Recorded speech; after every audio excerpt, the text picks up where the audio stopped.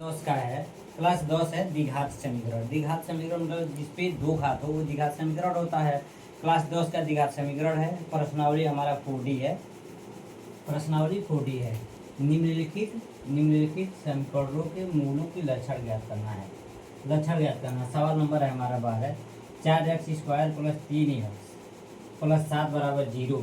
ये सवाल कब पूछा है? उत्तर प्रदेश 2022 AI में पूछ चुका है। लेकिन सवाल हमारा क्या है?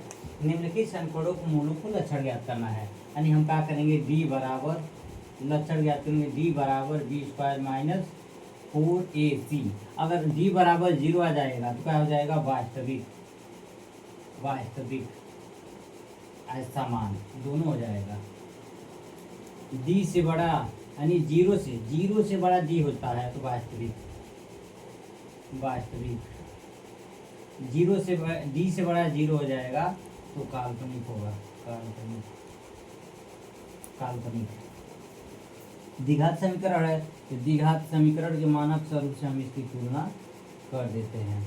c के मान 7 आ गया, x से x कट गया, b के मान 3, x² से x², a के मान 4। यानी a के मान कितना आ गया है? 4, कामा b के मान है 3 तथा c के मान है 7। c के मान कितना है? 7। क्योंकि मूलों के लक्षण जब समान हो जाते हैं तो हम क्या करेंगे? d बराबर b² - 4ac का फार्मूला लगाएंगे। d बराबर b के मान है हमारा 3 पे 2 घात -4, a के मान है 4, c के मान है 7। ध्यान दीजिए 3 पे 2 घात यानी 3 × 3, 4 चौको 16, 16 साथ कितना हो जाएगा? 3 × 3 = 9। अब 16 में हम क्या करेंगे? गुणा कर देंगे। 6 7 42 को 2 हासिल कितना हो जाएगा? 4, 7 से कम 7, 7 4 11, 112। 6 7 42 को 2 हासिल 4, 7 7 से कम 7, 7 4 11, 112 होगा। 112 यानी 112 में से हम क्या करेंगे?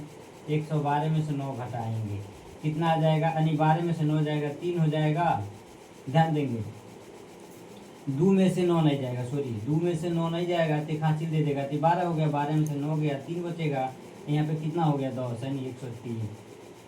d बराबर -103 यानी d से बड़ा क्या है? d से बड़ा 103 है, -103 है। 3 है तो हम क्या लिखेंगे? अतः मूल काल्पनिक होगा। अतः मूल काल्पनिक होगा। अतः मूल काल्पनिक होगा, ये हो जाता है।